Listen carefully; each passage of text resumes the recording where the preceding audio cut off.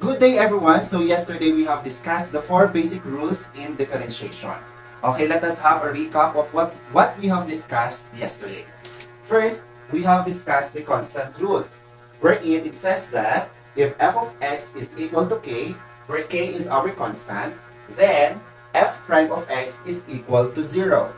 The derivative of any constant is always equal to 0. Okay, next we have discussed the power rule.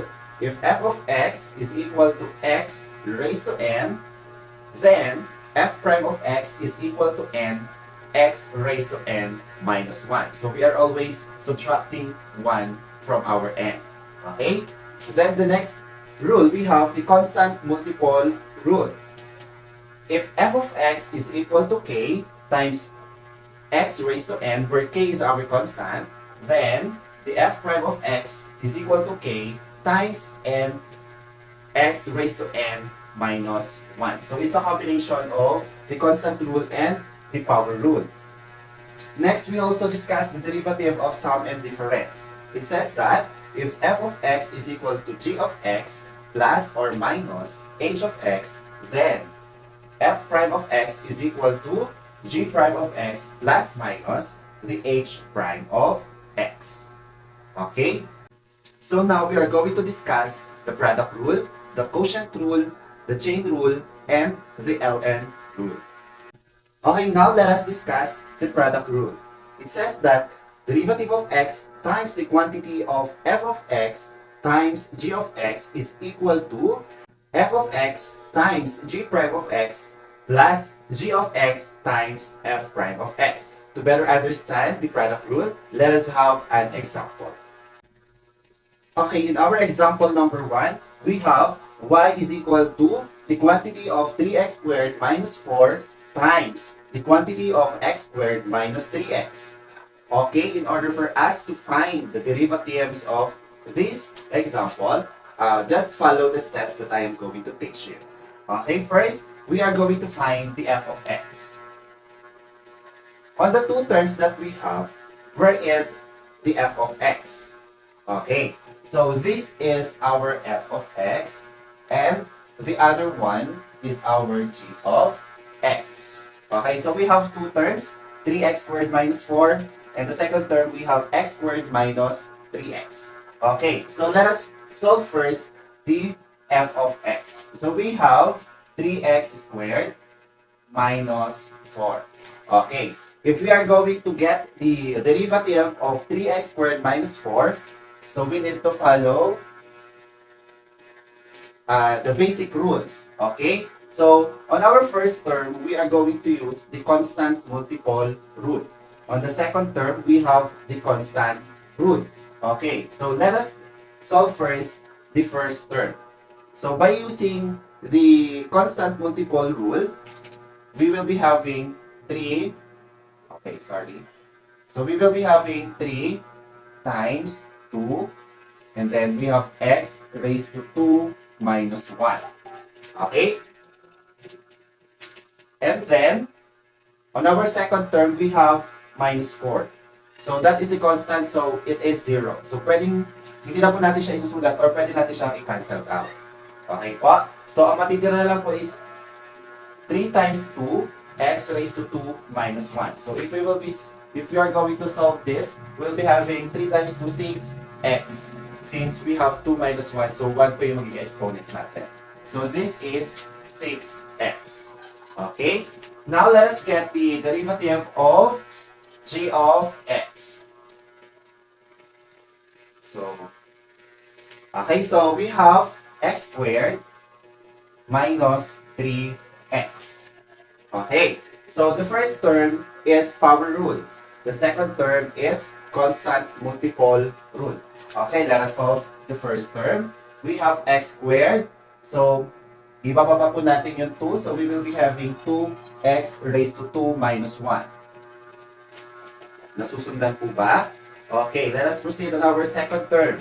We have 3 times, so since 1 po yung exponent niyan, so i-multiply natin siya kay 1. 3 times 1, x raised to 1 minus 1. Okay?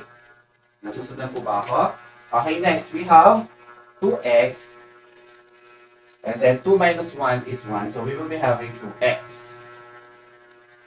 And minus 3 times 1, so we will be having 3.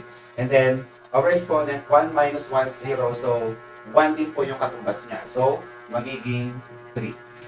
So, lagi niyo pagtatandaan, kapag x lang po yan, so 1 po ibig sabihin nun. So, i-multiply lang natin dun sa katabi na constant. Like 3 times 1, 3. Or kung ano po yung katabing constant, yun na po yung ating magiging answer. Nag-gets po? So, our g prime of x is 2x minus 3. And then after that, ano po yung gagawin natin? So, kukunin na natin po yung ating y prime. So, y prime is equal to, ang sabi po dun kanina, we have f of x. So, yung ating pong formula is f of x times g prime of x. F of x times g prime of x. So, ang f of x po natin is 3x squared minus 4. So, unahin po natin ilagay 3x squared minus 4 times g prime of x. What is our g prime of x? Ang ating g prime of x is 2x minus 3. Okay po? So, times 2x minus 3. And then, we will going to add to g of x. So, hanapin naman natin kung nasan yung g of x natin, which is yung ating second term. G of x, which is x squared minus 3x. And then, i-multiply po natin yan kay f prime of x. What is our f prime of x? Yes, very good. That is 6x. So, multiplied by 6x. Okay. So, let us solve. We're going to distribute every term. So, i-distribute po natin yan like this. Ano po? Ayan. Okay, so i-distribute po muna natin isa-isa. Ano po? Unahin po natin kay 3x squared minus 4. So, we have 3x squared times 2x. We will be having 6x cubed. Okay? And then 3x squared times negative 3, we will be having negative 9x squared. Okay po? And then proceed tayo kay 4. Negative 4 times 2x, we will be having negative 8x. And then negative 4 times negative 3, we will be having positive 12. And then, add po natin sa product po nito ang ating dalawa. We have x squared times 6x, we will be having 6x cubed. Okay? And then negative 3x times 6x, we will be having negative 18x squared. Okay? Now, let us add the like terms. Y prime is equal to, meron po bang kaparehan si 6x cubed? Meron po bang x cubed dyan? So, we have 1x cubed here. So, 6x cubed plus 6x cubed, we will be having 12x cubed. And then, we have negative 9x squared. So, meron bang x squared? Ito pong nasa dulo. Negative 9x squared minus 18x squared, we will be having 27x squared. And then, negative 8x, meron ba siyang kaparehas? Wala na po. So, we will be having negative 8x and then yung ating constant na 12. So, this is our y prime. Okay? So, this is the process of our product rule. Okay, first, we are going to find which of the given are the f of x and the g of x. Of course, the first term is our f of x, the second term is our g of x. And then after that, we are going to find the derivatives of the f of x and g of x. And then after finding the derivatives of f of x and g of x, we're going to follow the formula in getting the product rule. Okay po? Okay, this is our first method. And later on, I'm gonna teach you the second method. Okay? Okay, in our next method, we are going to use this formula. The dy dx is equal to u dv over dx plus v du over dx. So in this case, class, binago lang po natin yung ating ginamit. Ano po? So gumamit po tayo ng dy dx instead of f of x. Gumamit naman tayo ng u para sa ating f of x and then v para sa ating g of x. And then ito po yung ating f prime of x and ito naman yung ating g prime of x. Okay. So, the same din lang naman po yung process nila. Kaya, nagkaiba lang talaga sila ng ginamit. Okay, so kunin muna natin yung u. So yung u po natin, as I have said a while ago, that is our first term. Okay, so we will be having 3x squared minus 4. So gagamitin po ulit natin yung ating basic rule. So since ito makakancel na yan, so matitira na lang po ay ito. So we will be having, okay, so yung ating du dx is equal to, so 2 times 3, we will be having 6x, and then yung exponent natin, so 1 na lang po yan. So, ang ating du dx is equal to 6x. Now, punta naman tayo kay v natin, which is x squared minus 3x. Okay? So, since itong x, unahin natin si x squared, so 2 times 1 is 2. So, ang ating dy dx naman, okay, ang ating dv dx is equal to 2x. Since we have 2 times 1, 2, and then 2 minus 1 is 1. So we will be having 2x, and then, since x lang po ito, so 3 times 1 is 3. So we will be having 2x minus 3. And then after that, i-cross multiply lang daw po natin yan. So i-multiply po natin ito dito, etong kabila naman doon sa taas. So para makuha po natin yung y prime, i-cross multiply daw po natin. So we will be having 3x squared minus 4 times 2x minus 3. And then ito naman dalawa, x squared minus 3x plus x squared minus 3x. And then i-multiply siya kay 6x. So kung mapapansin niyo class, halos kaparehas rin lang nung kanina, no? Binago lang talaga natin itong ating ginamit.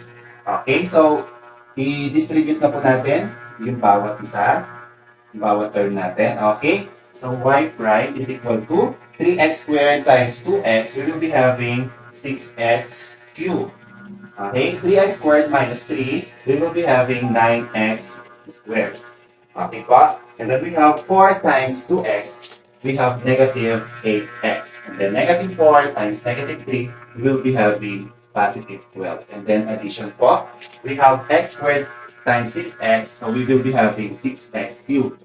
And then negative 3x times 6x, we will be having negative 18x squared.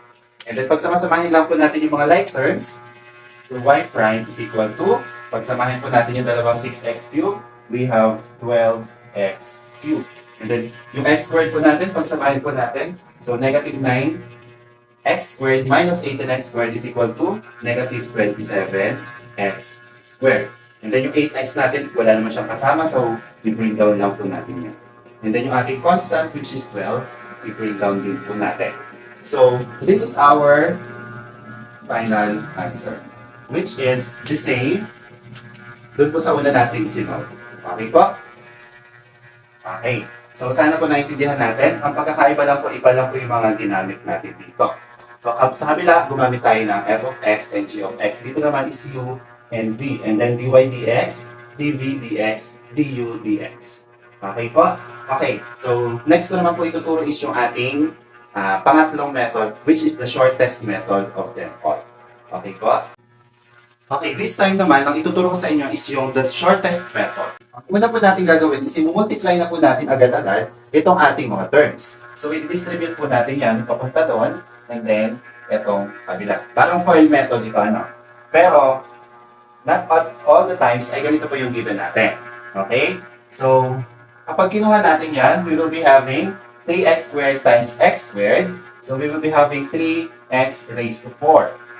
Okay? And then, 3x squared times negative 3x, we will be having negative 9x cubed. And then, negative 4 times x squared, we will be having negative 4x squared. And then negative 4 times negative 3x, we will be having positive 12x. Okay, is that our final answer? No, kasi hindi pa po siya kaparehas ng mga answer natin kanina. So ano po yung gagawin natin? So kukunin na po natin yung y prime or yung derivative po natin. So using the basic rules, so yung unang term, ang gagamitin natin is constant multiple rule. Okay, so i-multiply natin. 3 times 4, we will be having 12. And then 4 minus 1, 3. So 12x cubed. Susunod ko ba? Minus 9 times 3, we will be having 27. Ito na po yung shortcut method. Ano? Shortcut na rin po yung rules na ginagamit ko. So, 9 times 3, 27. 3 minus 1 is 2. So, babawasan lang natin yan ng isa. So, 2 yung exponent niya. The next, 4 times 2, we will be having negative 8x. So, 2 minus 1 is 1. So, wala na po siyang exponent. Last, so since x po yun, tatanggalin lang natin si x. And then, matitira yung ating constant. So, kaparehas na po ba siya ng ating kaninang sinol? Yes po. So, magkaparehas na po sila. So, this is our final answer. Okay. So, ito po ay applicable lamang kapag ganito po yung ating given. So, pinapayagan ko po kayo na kapag ganito yung ating given, you can solve in the shortest way. Okay po?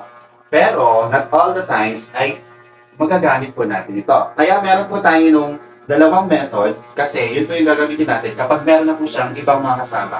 Like logarithm, exponential. So, hindi na po natin magagamit ito. Ano po? Okay. Now, let us have another example for our product rule. Okay. So, ito po yung sinasabi ko sa inyo na hindi po natin pwede gamitin yung shortcut method or yung shortest method kapag ganito na po yung ating given. Okay. So, paano po natin ito isosolve? Pwede ito po yung gamitin natin and then yung isa po nating formula. Okay. Now, gagamitin po natin ito. So, let us first find where is the u and where is v. So, gaya nga nasabi ko sa inyo kanina, so yun na muna natin, yun yung ating u. Yung pangalawang term, yun po yung ating v. So dalawang term po ito ha. First term po natin is si x. Pangalawang term po natin si e raised to x. Okay, so our u is equal to x. So para makuha yung ating du, dx, so since x po ito, ano yung du dx natin dito? Yes, very good. That is 1. Okay, since x lang yan, so 1 po yung ating du dx. Okay, now kunin naman natin yung ating v, which is e raised to x. So ano po yung ating dv dx? Okay, so kapag ganito po yung ating given, kung ano po yung e raised to x, kung ano po itong given na to, like e raised to x, so yun na po yung ating magiging dv dx. Okay po? Okay. So after that, i-cross multiply lang natin x times e raised to x para makuha po natin yung dy dx. So we will be having x times e raised to x and then plus e raised to x times 1. E raised to x times 1. So our final answer will be dy dx over dx is equal to x e raised to x plus e raised to x. So this is our derivative. So this is our final answer. So in this case po, hindi po natin magagamit yung ating shortest method. Kasi nga, iba po yung ating given. Okay? So I will give you another example para mas maintindihan nyo na hindi natin gagamitin yung shortest method. Okay, now let's take a look on our third example. So we have f of x is equal to x squared ln x. Okay, so we have ln x here. Kung kanina we have e or exponential, ngayon naman meron tayong natural logarithm. Okay? So, para makuha ko yung ating derivative, first, kailangan natin malaman yung first term and then second term. So, ang first term natin dito is x squared. The second term is ln x. Okay. So, our u is x squared. So, if we are going to get the derivative of x squared, so we will be having du dx is equal to 2 times 1 is 2. So, 2. And then, exponent po natin, 2 minus 1 is 1. So, 2x na lang po yung matitira. Okay, let us proceed on our v. We have ln x. So, our dv dx is equal to... Now, we have our v, which is ln x. So, para makuha yung derivative nitong ln x natin, so, lagi po natin tatandaan ang derivative ng ln x is 1 over x. Okay?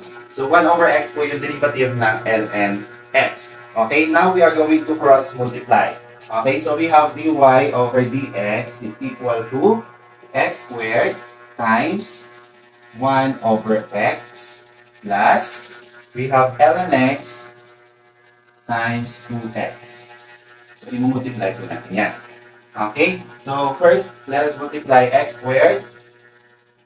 So we have dy dx is equal to x squared times 1. So we have x squared divided by x. So may exponent tayo na 2. Ang exponent niya is 1. So bawasan lang po natin ng isa, yung nasa taas. So ang matitira lang po ay x plus, and then ln x times 2x. So we have 2x. We have 2x ln x. So wala naman po tayo makakansel sa kabila. So same pa rin po yung magiging answer natin. So our final answer is, or the derivative of the given is x plus 2x ln x. Okay? So hindi po tayo pwede gumamit ng shortest way dito. Kasi nga, wala po tayong, hindi po natin pwede gamitin talaga yung shortest way. Naintindihan po? Okay, so now we can proceed to quotient rule. Now let us proceed on our next rule, which is the quotient rule. Okay, in this next rule, let u and v be functions x.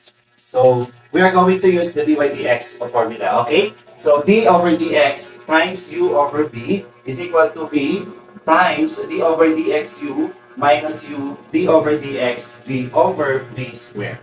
Okay, medyo madami na yung ating formula. So dito, kung sa product rule ang ginamit natin is addition, dito naman po ay quotient rule ang gagamitin natin ay subtraction. Okay, let us have an example to better understand the quotient rule.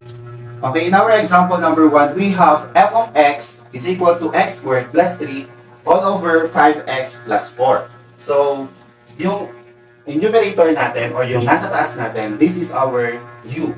And then yung nasa baba naman po natin, that is our v. Okay? So, our u is equal to x squared plus 3.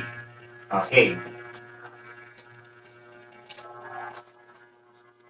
Okay, our u is equal to x squared plus 3. Okay, if we are going to get the derivative of our u, so our du dx is equal to 2 times 1, we have 2. And then yung exponent po ng ating x, 2 minus 1 is 1. So, ang matitira lang po dito is 2x. And then itong ating 3 is maka-cancel out po. Since susundin po natin yung constant root. Okay, yung ating v which is 5x plus 4. So, since wala naman po exponent yung ating x, so maka-cancel na po yung x natin and maka-cancel na rin po itong ating 4. So, our dy dx or dv dx is equal to 5. Okay. Kung mapapansin po natin sa ating formula, nauna po dito yung ating v. And then, sumunod naman po yung u. So, i-cross multiply din po natin yan. Pero mauna po itong ating v. Kesa doon po sa ating u. Okay. So, to find our dy dx or the derivative of the given example, so, we have dy dx is equal to, so since mauna po ito, so ang ating v is 5x plus 4. I-multiply po natin siya kay 2x. And then yung operation po natin na minus, and then x squared plus 3. X squared plus 3 times 5. All over, yung v po natin which is 5x plus 4. Okay po. So, eto na po yung ating formula. So, na-substitute na po natin sa formula natin. Ang gagawin na lang po natin is i-distribute po natin. So, i-multiply na po natin yan. So, we will be having dy dx is equal to 5x times 2x. We will be having 10x squared. And then 4 times 2x, we will be having 8x. And then ang ating operation, minus x squared times 5, we will be having 5x squared. And then 3 times 5 plus 15. All over 5x plus 4 squared. Okay, so pagsama-samahin lang natin yung like terms dun sa ibabaw. And then, tingnan natin kung meron pa tayo pwedeng gawin. Okay, so we have 10x squared. May kaparehas ba yung 10x squared natin? Yes, meron po tayo ng negative 5x squared. So 10x squared minus 5x squared, we will be having 5x squared. And then, plus 8x. Plus 8x. And then, plus 15. All over 5x plus 4 squared. Okay, so eto na po yung ating derivative. Ito na yung final answer natin. So we have 5x squared plus 8x plus 15 all over 5x plus 4 squared. Okay po? So, ganito po yung ating quotient rule. So, may pagkakaparehas po siya sa product rule. Ang kaibahan lang po, meron po tayo ditong ginamit na subtraction. Sa product, ang gagamitin natin is addition. Sa quotient naman is subtraction. And of course, naka-rational po tayo. Meron po tayong numerator and denominator. Okay? So, let us have an example para mas maintindihan niyo po. Okay, our next example is f of x is equal to sine x over x. Okay, again, our u is sine x, our v is x. So let us get their derivatives. So our u is sine x. Okay, kapag ginawa po natin yung kanyang derivative or yung kanyang du dx, ang katumbas po niyan is cosine x. Okay. So, paano po natin nakuha yun? So, may table po yan. So, ibibigay ko na lang po sa inyo later. Okay, so ang derivative of sine x is cosine x. Okay, let's find the derivative of x. So our dv dx is equal to, since x to, so ang exponent niyan is 1, 1 minus 1, so 0. Any number na exponent ay 0, ang ating po answer is 1. So kaya 1 po yan. Okay. Now, i-cross multiply na natin by, unahin po natin yung ating v. So, dy dx is equal to x times cosine. So, we have x times cosine x.